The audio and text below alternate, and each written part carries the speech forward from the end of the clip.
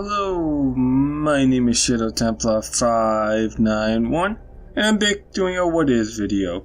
For those who don't know, my What Is videos are critical analysis videos I do on a video game. Well, I try to get some tips and trips.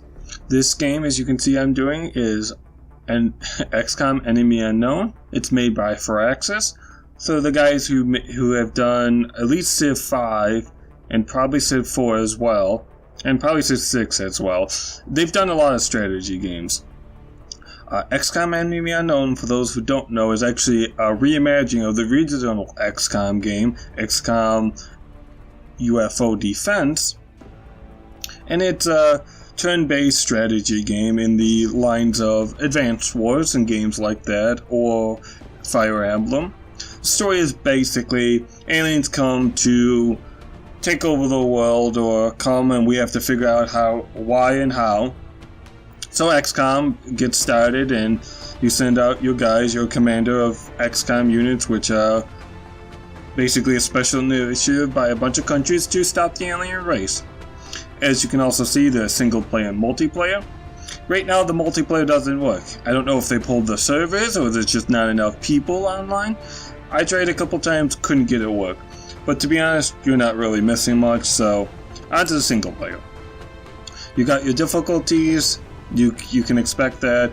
I played this on normal and beat it on normal. Even then, this game is really tough, and I don't know if that's just a special trope of these games, like that just these turn-based strategy games, since they are turn-based and give you a lot of time to think, are by necessity difficult, or this one is just an outlier. But it was hard. It was fair. To a certain extent, there's, RNG in this game, so that's always not so much fun when it goes against you, but it is what it is. You have advanced options, basically. Do you want easy mode or do you want super hard mode on any mode you're playing? Second wave is just basically a bunch of random variables you can add to the game to make it more difficult. I didn't play with any of these. I might later, but I imagine some of them make the game really difficult. Okay, that's about XCOM. We're going to go into the game now.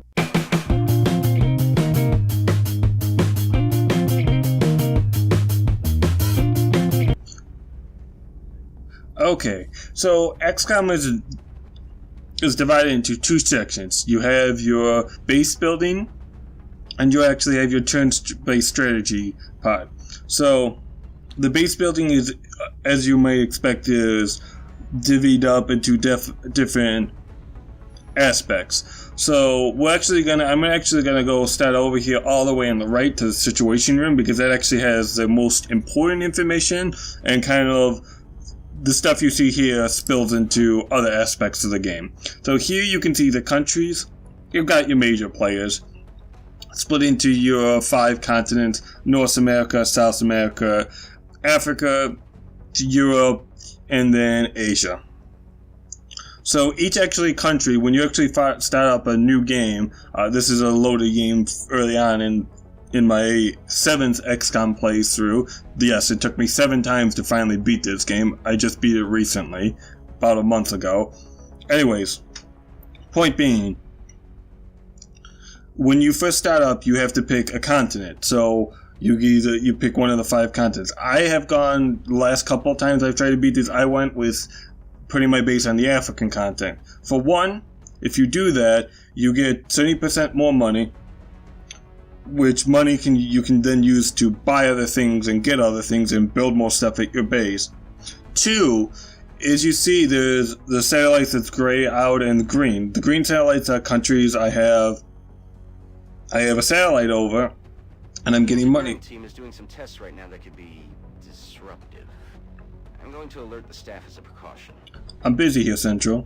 So, if you don't mind. So, basically, if I get all the satellites in, say I get all the satellites in North America, so put one in Canada and Mexico, I'll get the ability of North America as if I had start putting my base there. So that's why I'm not too fond of the other abilities. The other abilities are like research increased.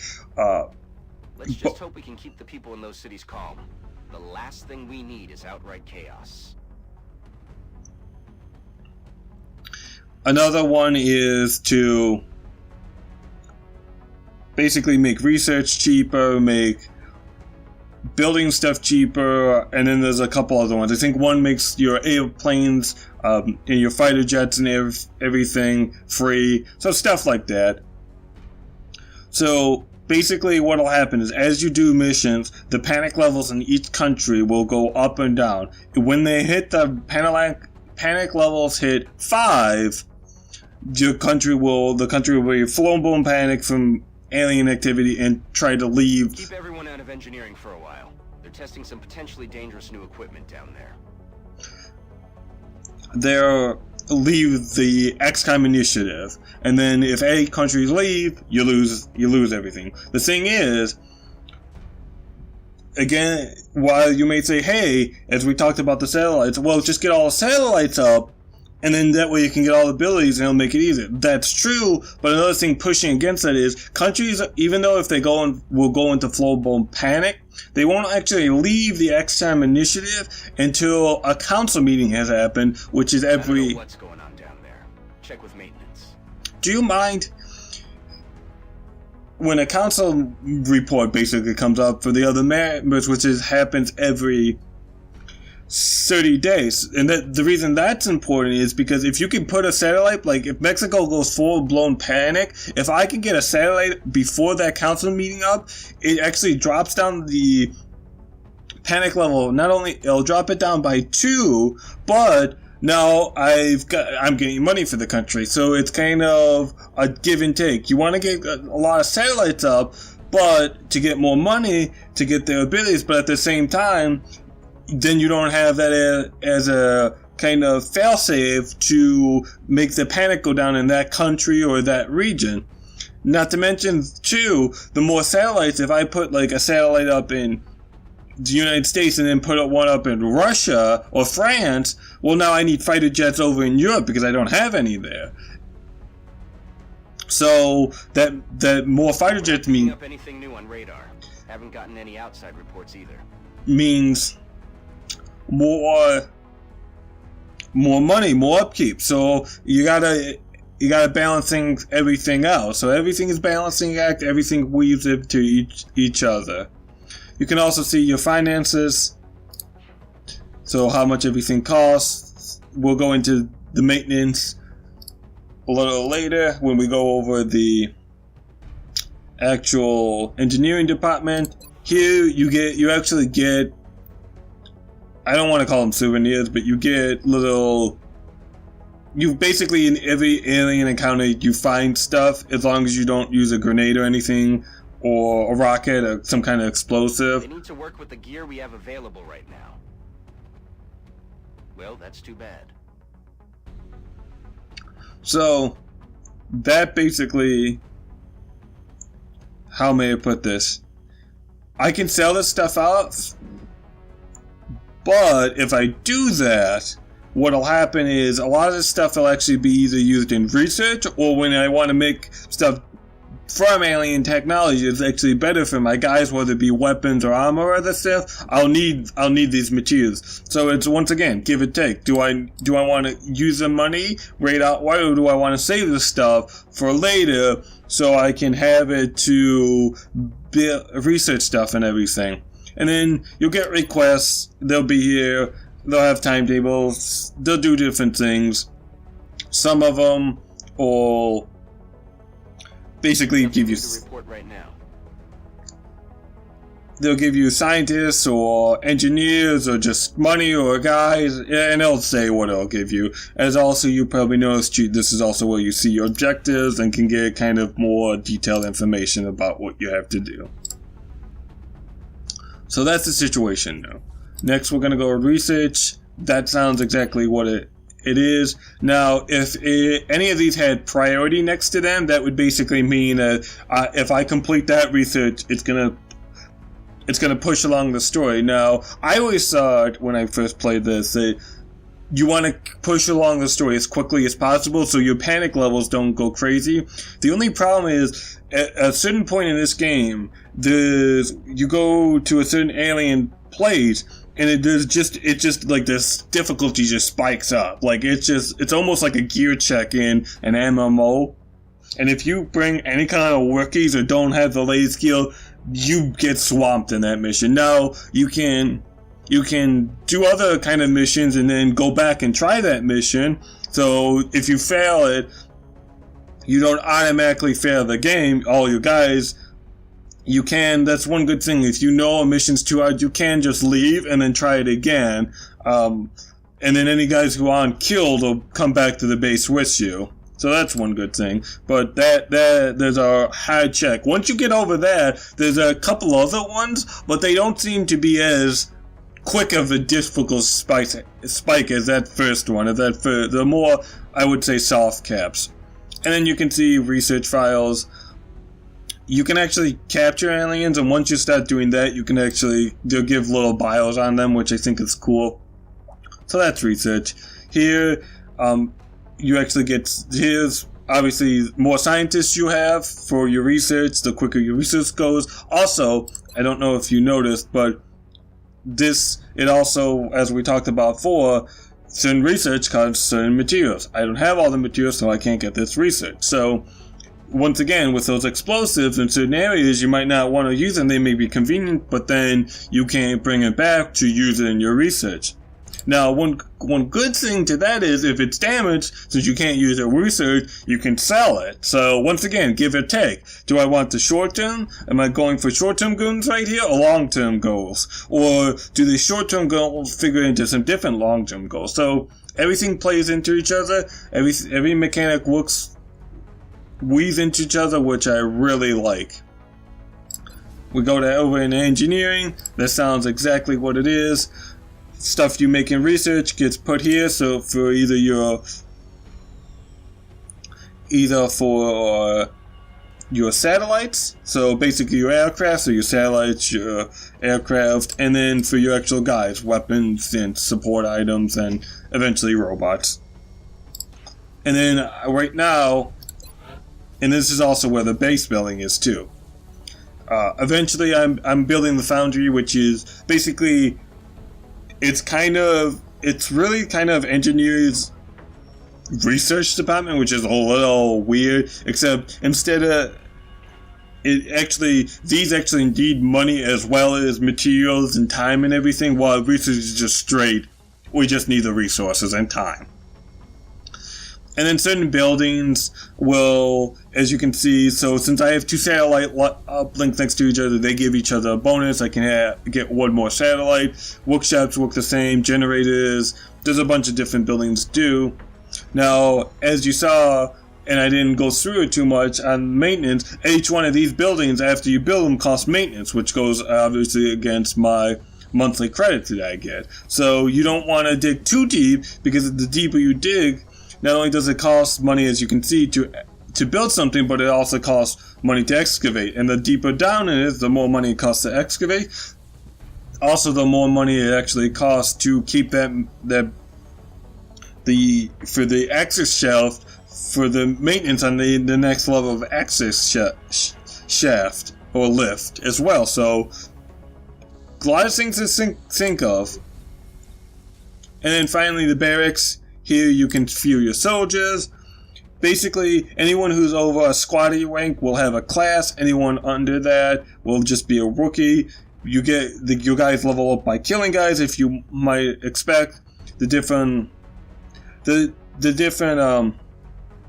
classes are pretty self-explanatory. If you played any kind of first-person shooter in the last decade or so, or know anything about any kind of modern military or any kind of strategy game, it's pretty simple and it's pretty basic. It's nothing too crazy. Then you can also, so now here's another thing. Do I put money into getting these guys new gear, or do I put it into their training? So like making the group bigger, or making so the guys start at the squaddy rank so they automatically have a class they start in, or maybe so they gain experience faster so they don't stay in that squaddy rank too long. They get out of, or that rookie rank, they get out of that. And then as guys level up, they actually get access to more and more of their abilities. So though actually the higher level guys, not only do they die less because they have more health, but they have more ability, so they're more flexible. And then you have a memorial for any guys that die. I didn't lose any guys, but that's also because I scum saved a lot because this game is really hard. And then you can hire guys. This function is really in the beginning, so you don't have just no guys to go on a mission, so you can't just, so you don't get a situation where all your guys get just wounded in a mission and you don't have anybody to go out, or you only have 2 guys or 1 guy, so you can buy guys. Later on, like I spoke of, you do get robots, so that eventually goes away. That doesn't become too much of an issue. Next, this is basically to view your aircraft. You can also transfer, as you can see I'm doing. You can also, when selecting a specific jet within the hangar, you can choose to modify its current weapon loadout to best serve our needs. Pretty much, and then you can just view it. So that's that, and then we're back to the situation room. So, where we're gonna go next is mission control. Now, I didn't realize this, but the time actually goes when you're sitting here, so I'm going to be quick. Usually you would scan for activity, but I already have something going on, so we're going to go to that. You can see up your upcoming events, but randomly enough, mission control, the time only goes when you're in mission control. You can also, when you're not there, you can expand the events. You can't see when the next council meeting is going to be, but it's going to be after 16 days, or it would show it. It's just I got so much stuff going on that it gets ellipsed by it. So we're going to check out the abduction sites. These are abduction missions. There's different kinds of missions. My one critique about the missions is there's not a lot of maps to them, and there's not a lot of different types of missions. And no matter, like, going back to the maps too, no matter where you are, the missions also, they don't, like, the different maps, even though, like, you're playing the same map and it's the same, the map is going to look the same and feel the same, no matter whether it's in, you're in Moscow, Russia, or you're in San Pablo, Argentina, or San Paulo? Is that the capital of Argentina? No, that's Brazil. What am I talking about? Anyways, my point is, they don't feel distinct, and I can understand how that can get dicey. You kind of find their line of making it feel distinct, but not also trying to make it feel stereotypical all over the place. So I get that, and that's probably what they were. That's why they probably just kind of made them all generic, so they didn't have to worry about that too much. But for me, I kind of wish at least they would have tried, because it would have, to me at least, made everything feel more alive. As it is, it's not too bad, since I know going in kind of the layout, everything, but it just kind of, after you do so many, because the story is pretty long, you kind of get used to the maps, and it kind of gets repetitive, let's put it that way. So these are abduction sites, missions. It sounds like exactly what you think. And then you get different levels. So easy, moderate, or very difficult. As you can see, it also shows you the reward. It also shows you the panic level of every place. Now, the reason this is important, so especially for any kind of mission, so if I do any kind of mission, except there's just 2 ones that automatically decrease panic across the board or in a continent. Any other mission is only going to decrease panic not only in that specific country, but it'll only make panic not increase across that continent. So if I do, and what that all means, if I do the mission in France, the panic level in France is going to go down, and the panic level across Europe won't go up, but the panic level across North America and Africa is going to go up. So there's also that, kind of, once again, going back to the situation, I'm kind of figuring out, okay, if I do the France mission, is that good? Do I mind the other 2 places? And I actually chose to do the one in France, and I'll probably going to choose again, because I have a satellite, as you saw. I have 3 of them being built before the council meeting, so is I can just throw up a satellite at the last minute. That way Mexico doesn't leave and I'm all good. Because they can't go over above the 5 and they don't leave before the council mission. So that's very nice. Another thing I just noticed too, is the time only works when you just kind of standing at the globe, which is weird that it doesn't keep going when I'm here trying to pick a mission or outside. So it's weird that they chose to do that at all, but whatever. And then you can actually, if you don't want to go to situation room, you can actually check, and it won't let me because I'm trying to select a mission, but I bet if I spun around the goal, it would show me kind of in real time what the panic level of all the countries are. The problem is, I don't know why I would do that when the time was running. I would just keep going between the situation room, which is what I usually did. So I'm going to do the France mission. Now, before you leave, you always see the guys, you see kind of what they are, and you can edit them. Not only their abilities, so you can see the abilities they have or you chose from them. And then their loadout, so kind of normal stuff, but you can also customize their name. You can't customize where they're from. You can customize their race, you can customize their voice, their hair. So basically, you can essentially have a bunch of friends and family come with you on this adventure, which I think is kind of cool. It adds a personal story to everything. For the most part, the game is pretty good at when guys get injured and you have other guys who are veterans putting the veterans guys out and not the rookies. Sometimes it doesn't, so you have to dismiss a rookie and put on a veteran guy. But usually it's pretty good. So yeah, we'll go into the mission and I'll see you then.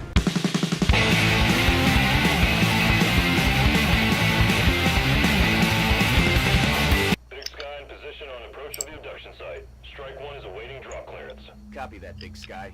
Strike 1 is cleared to engage hostile targets. Watch your backs out there, people. So, kind of like we talked before. This game, if you play these types of games, this game doesn't do a lot to really push the boundaries of the formula.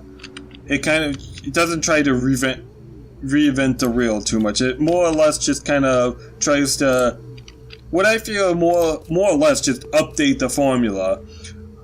One thing I want to give a tip on is if you, obviously you can see 1 is to attack, 2 is what's called Overwatch. It'll be different on different characters depending on their abilities. So on my sniper it's 3. But if I put these guys in Overwatch, and the sniper you have to put them on hunker down, and it shows you what it is, and you can get more information on her abilities and everything. I don't actually know what health and a will. I believe will is basically determines whether or not they're going to from a death shot. So if she's down to 1 health, if she takes 2 damage, if it's gonna kill her or is it just gonna critically injure her. Now, if she's critically injured, you can revive her. You can either stabilize her or revive her, depending on how much level your medkit is. And in defense, it's basically how much damage she takes. Gotta hunker her down. Now, the one cool thing about this game is obviously you can use the keys, as you heard, or the mouse.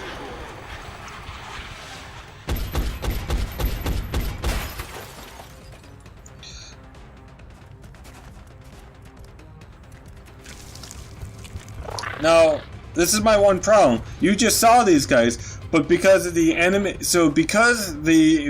their intro animation that you found them played after they move, they get a free turn, which I don't like, and which kind of almost makes this game feel unfair for how hard it is. And another thing is when you go into Overwatch mode, like if I go to Overwatch, and try to attack that guy, it won't let me. So you always want to move your guys and then put them in Overwatch, because a lot of times what will happen is you'll stumble upon the aliens, but you guys in Overwatch, so now you can't use them to hit them. So basically, as you can also see, you have to reload, so because I went in Overwatch and he shot, that took up ammo. So that's another thing you have to watch out.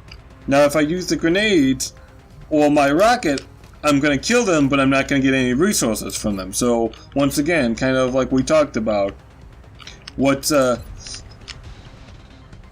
I actually can't reach with my grenade, so that's no good. And then suppress, basically, that just means that if whoever I'm suppressing, they'll take really only 41%. That's not good. But I'm gonna hit him. See ya in hell. Basically, that's gonna mean obviously the chance amount of me having. Disturbing sight, to say the least. It's hard to differentiate where the organic material ends and the machine begins. It's not going to win any beauty contests, that's for sure. Now here's another problem. Since I already attacked, I can't move her, and the yellow basically means you're flanked. Your guy is flanked. So that guy's flanked, and there's really nothing I can do about it.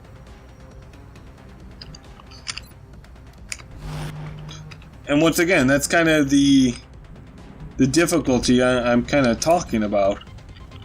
My shot is blocked.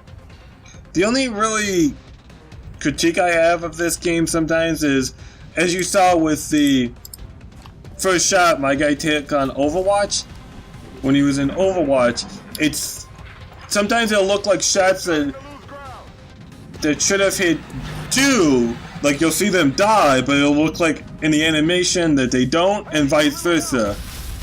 And I know, hey, it's an RPG, there's RPG elements in it, it's gonna happen, but well, someone died. Well, see, they destroyed the wall. Now he's dead. I lost him, which is no good. At the same time, if you're just playing this, how do you know that they're going to be able to take out the wall with their weapons? You're not. There's just no way for you to know. X-ray neutralized. So that's kind of annoying, to say the least. And obviously the cover system, half cover means you always want to find a full shield of cover. Half cover, it's okay, it's better than no cover, but it's not the greatest. And none of this stuff gives me any cover, so I've got to dash. Now if you dash, it takes out both of your move points for the turn, so that guy's done. I can't do anything else with him. But here's another problem with some of the full covers. Now, if they shoot at my sniper, they might actually be able to destroy the wall and kill her. Should they be able to? Yes, I mean, it adds another aspect to the game. I get that in this alien technology, but at the same time,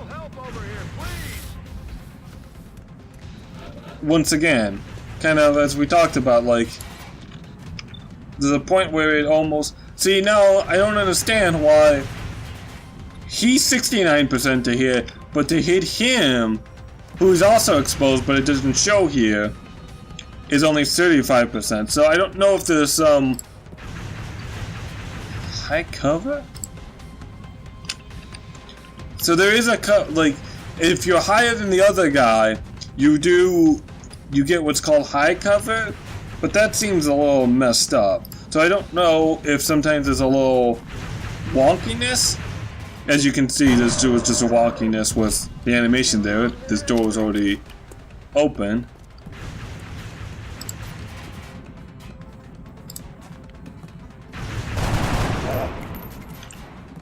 So that weapon does up to 4 damage. So that time it only did 2. One cool thing is sometimes if you shoot if you miss the enemy, but they're behind like a car or something, it'll start on fire and explode. So I like that little elemental thing. I have got screwed over though. Like it'll be the enemy's turn, they'll set the car on fire, and then my turn will start and it'll explode on me. It's like, what do you want me to do, game? So basically, most missions are basically That is not good. more or less just find all the aliens and kill them. That's basically how most of these boil down to. There will be a couple where you do want to capture them. I mean, you do, but that'll be like later on. I guess what I'm trying to say is all the missions basically boil down to kill X alien. Just find all the aliens and kill them. Whether or not either kill them or capture them. Whichever way is easier for you.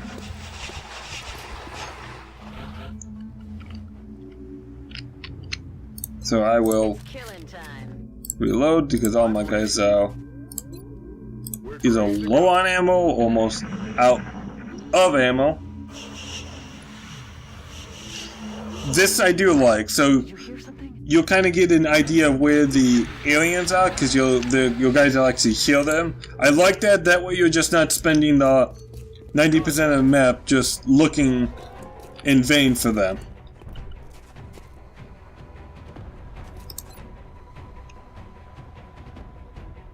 So I'll put you on Overwatch. We're gonna try to speed this up, so I'll have you dash over there.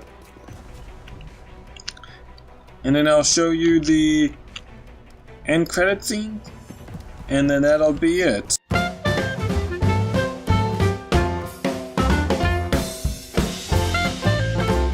Operational objectives completed. Now I got good because one guy died. If they all would have died, I would have got excellent.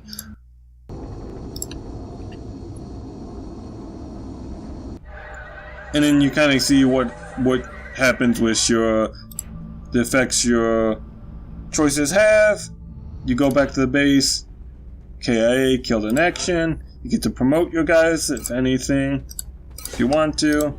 You also get to see how long they are wounded for and how long that's going to take. And then you kind of see what you got back, once again, how everything went. And that's it. That's a really rinse repeat. That's XCOM in a nutshell. Except as I talked about, the minor glitches, the overall, for a reboot of a game or a reimagining, I think it did a good job. Now, mind you, I didn't play the original, so maybe people who have played the originals who have a lot more gripes that I just didn't bring up, and I have little experience with these turn-based action games outside Civ and Advance Wars. I haven't played Fire Emblem. But overall, I think it was a good way of bringing the series forward into the modern era. I do look forward to playing the DLC, playing the sequel. I do wish that there wasn't that, like, almost MMO, like, gear check at the one spot, and that the story actually kind of, spoiler alert, ends in that kind of cliffhanger. I don't like that. Obviously now we know what it was setting up for, but that's kind of, once again, addictive. The animations could be better for how everything looks, and not in terms, like, graphically, like, in terms of my guy shooting at the other guy and it looking like it didn't hit him, but it does, stuff like that. I obviously know that with all the different calculations the game has to make, and getting the camera angle to confirm all that can be hard, so I get that.